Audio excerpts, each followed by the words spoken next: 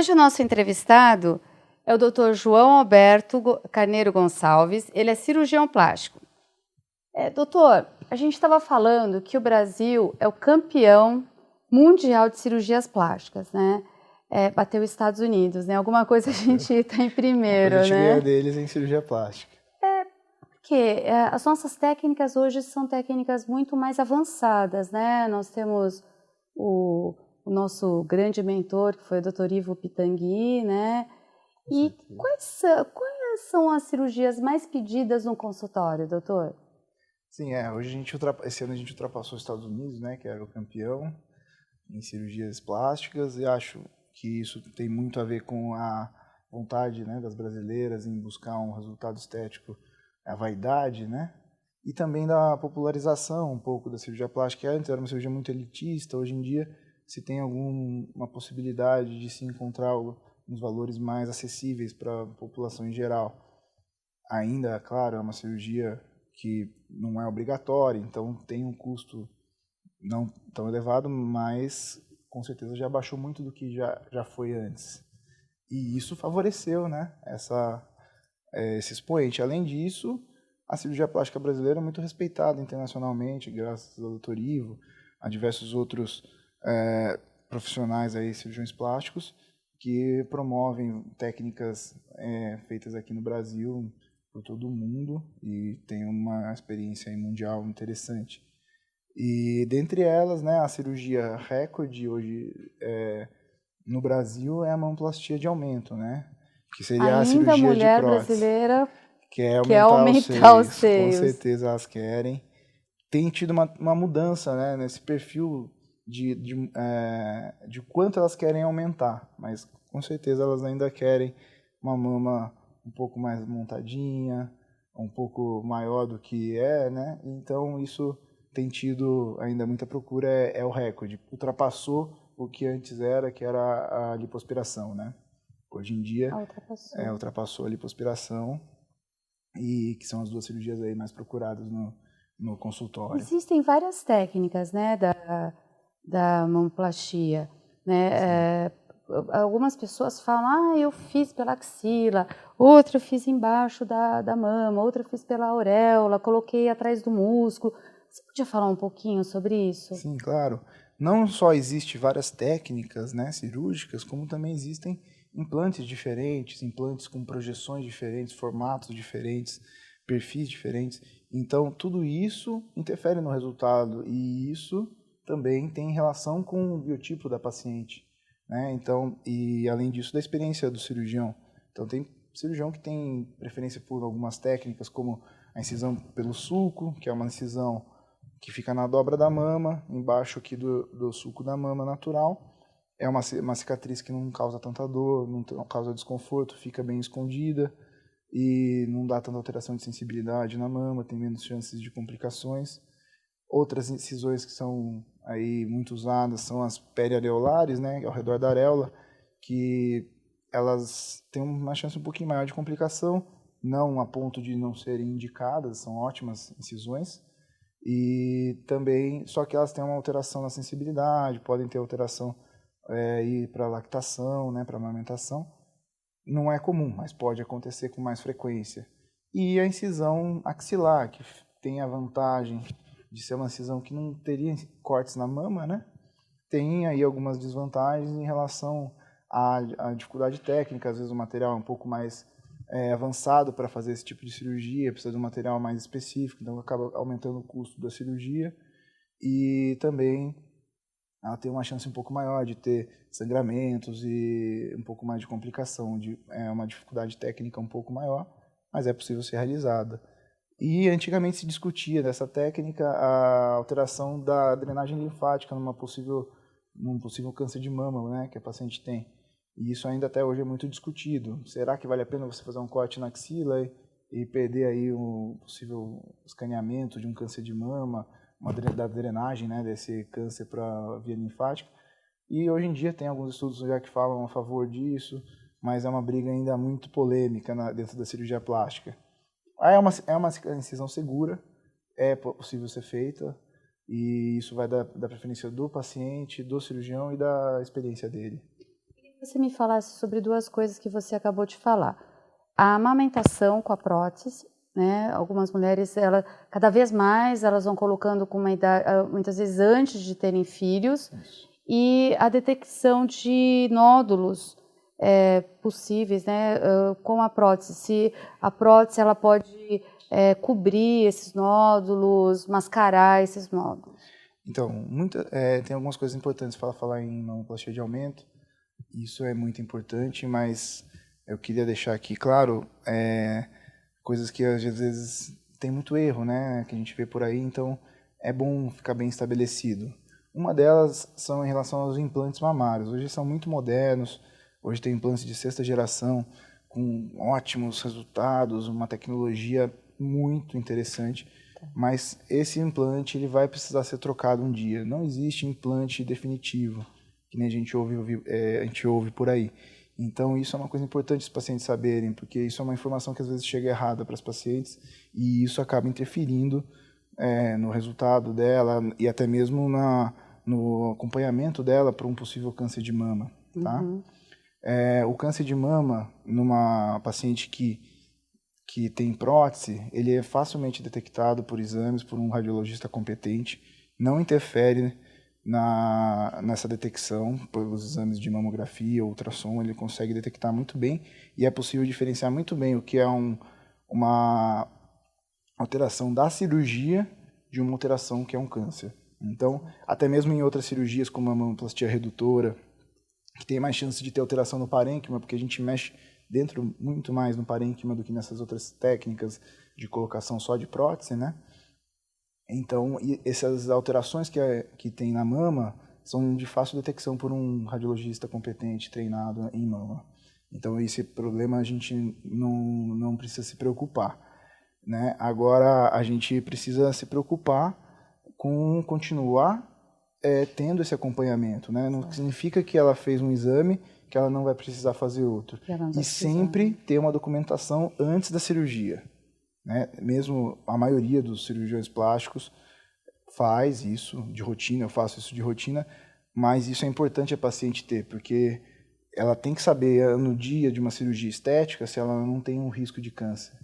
Então, se ela tem uma lesão maligna ali, que às vezes é a detecção por um exame pré-operatório, ela precisa tratar aquilo primeiro, depois pensar na parte estética. Então, sempre a saúde primeiro, né? A parte estética fica em segundo plano nesse momento. Como é uma cirurgia, tem algum preparo pré-operatório, né? Seriam alguns exames? Sim, o preparo pré-operatório dessas cirurgias, geralmente são pacientes jovens, né? Que não tem nenhum problema de doença. Mas, por ser uma cirurgia estética, a maioria dos cirurgiões plásticos acaba tendo um excesso de zelo, pedindo alguns exames de sangue, mas isso é muito, até pode ser contestado. Se a paciente não tem nenhum problema de saúde, o mais importante é que ela tenha uma documentação dessa mama, né? Que ela tenha como saber como era a mama dela antes da cirurgia e saber se aquelas alterações não têm a ver com a cirurgia ou se realmente teve alguma consequência a isso, e se ela não tinha nenhuma lesão, até mesmo uma paciente um pouco mais idosa que queira fazer a cirurgia, tem um risco maior de ter câncer, ela precisa de uma documentação pré-operatória para não passar desapercebido um tumor numa hora dessa. E o pós-operatório? Porque tem o pessoal às vezes fala, um mês que não pode mexer com o braço, como é que funciona? Não pode dirigir? Não pode dirigir.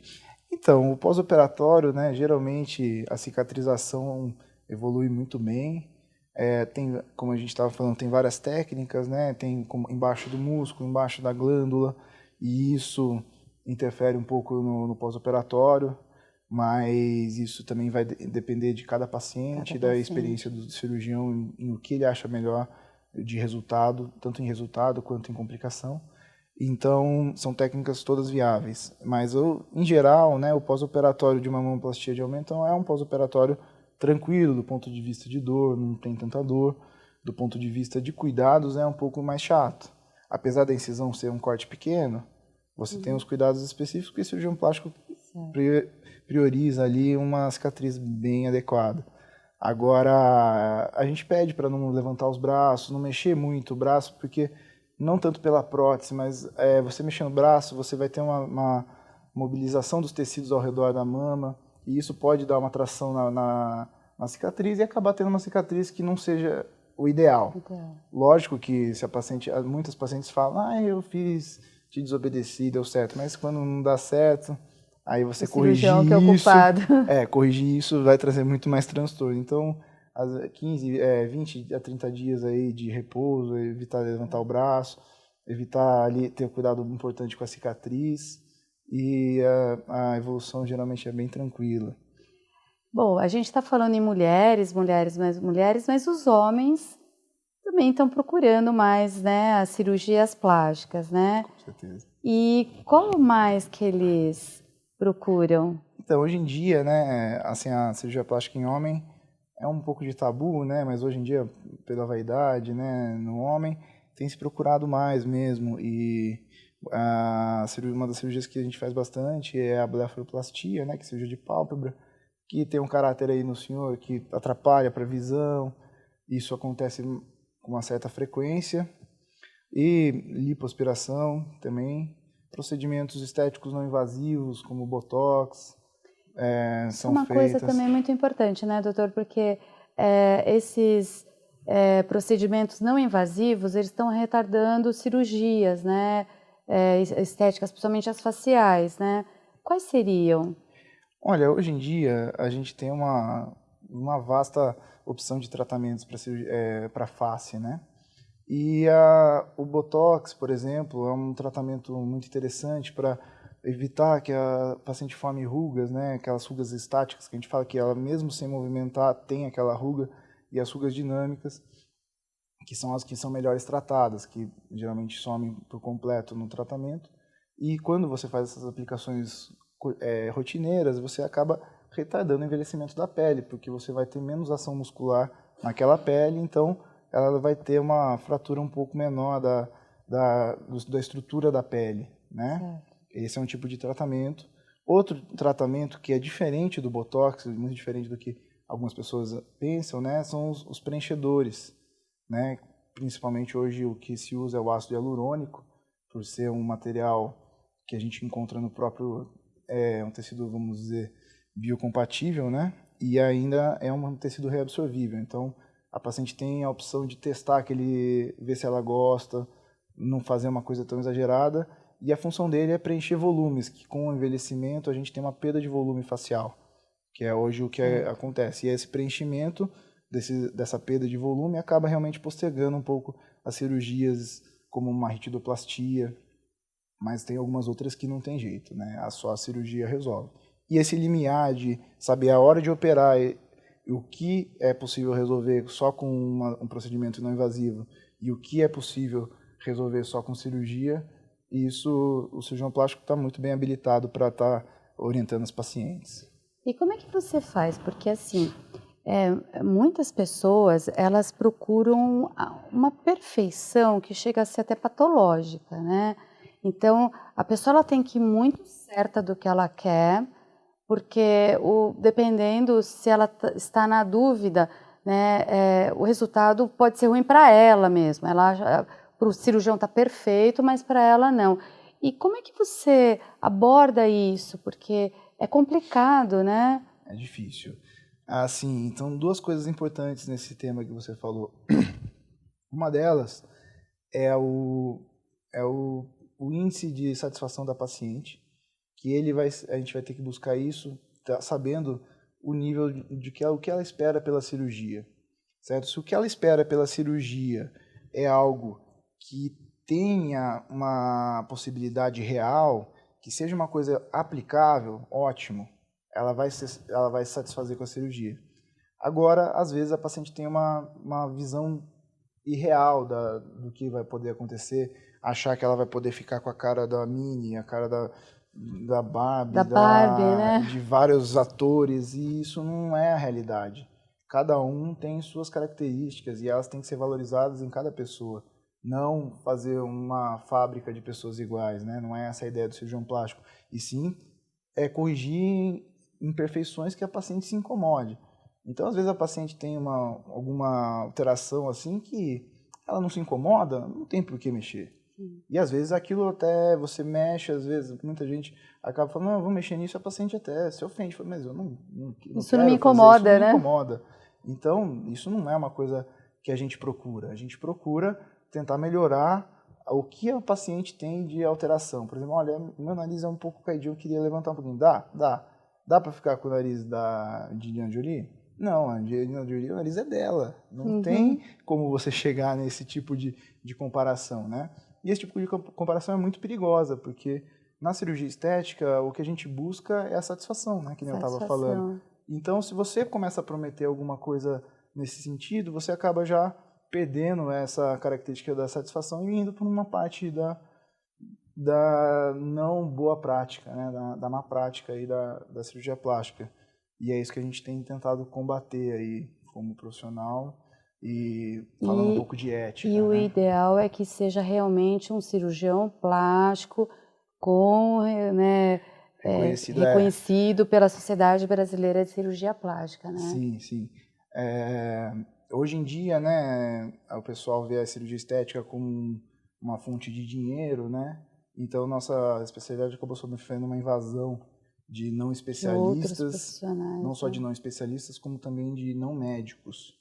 Então, a gente vê profissionais que não são nem médicos fazendo procedimentos estéticos, ou profissionais de outras especialidades que não têm o preparo, não fez um treinamento adequado para fazer os tratamentos em cirurgia plástica, fazendo cirurgia plástica, né? E isso acaba trazendo alguns desastres, que nem a gente viu um caso recente que apareceu da Venezuela, pacientes indo para a Venezuela, fazendo cirurgia e morrendo, e buscando uma pequena economia, né? E às vezes vale a pena você pensar que a estética tem que ficar em segundo plano, e sim a saúde, o seu corpo é o que mais importa.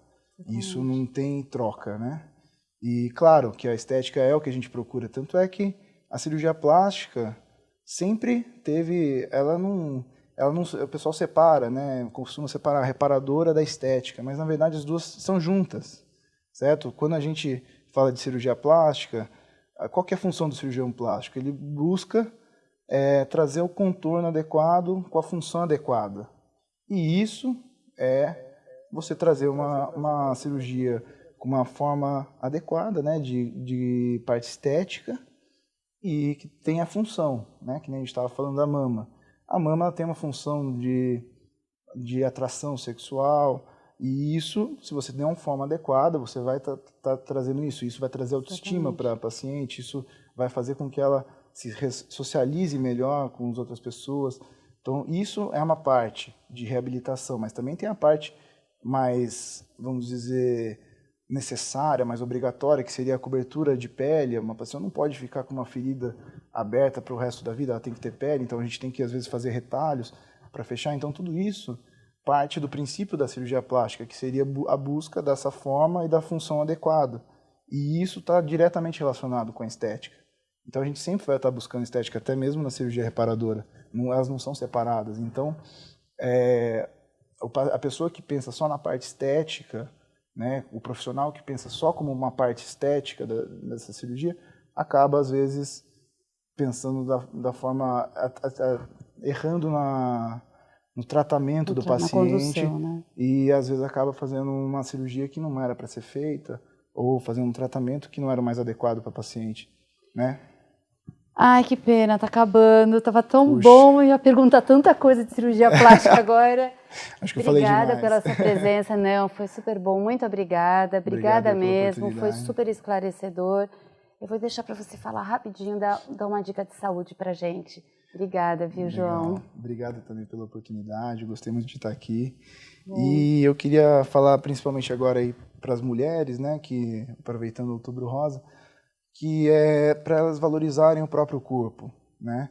Elas não buscarem tratamentos estéticos aí em profissionais não adequados, que não vão estar pensando no que é o melhor para ela, e sim na parte financeira. Isso não é o que um cirurgião plástico procura, né? Então é bom a paciente ter noção de que o cirurgião plástico está buscando a satisfação dela e o melhor resultado possível. E isso você encontra em profissionais que foram treinados, né? E é muito fácil você saber qual profissional é treinado. Você consegue isso no site da Sociedade Brasileira de Cirurgia Plástica, se você quiser eu posso passar, e no site do CRM. Lá tem todo o profissional, pelo nome dele ou pelo CRM dele, você consegue saber em qual que é a especialidade dele, qual é o nível de formação, se ele tem algum processo ético ou até mesmo de outra forma no currículo. Então, isso vai trazer uma segurança para a paciente no quesito de saúde, buscando também a satisfação dela e promovendo aí um bem-estar do corpo junto com a parte mental dela. Obrigada, viu? Obrigado. Gostaram? Gente, eu adorei. Até a próxima. Beijo e saúde. Tchau, tchau.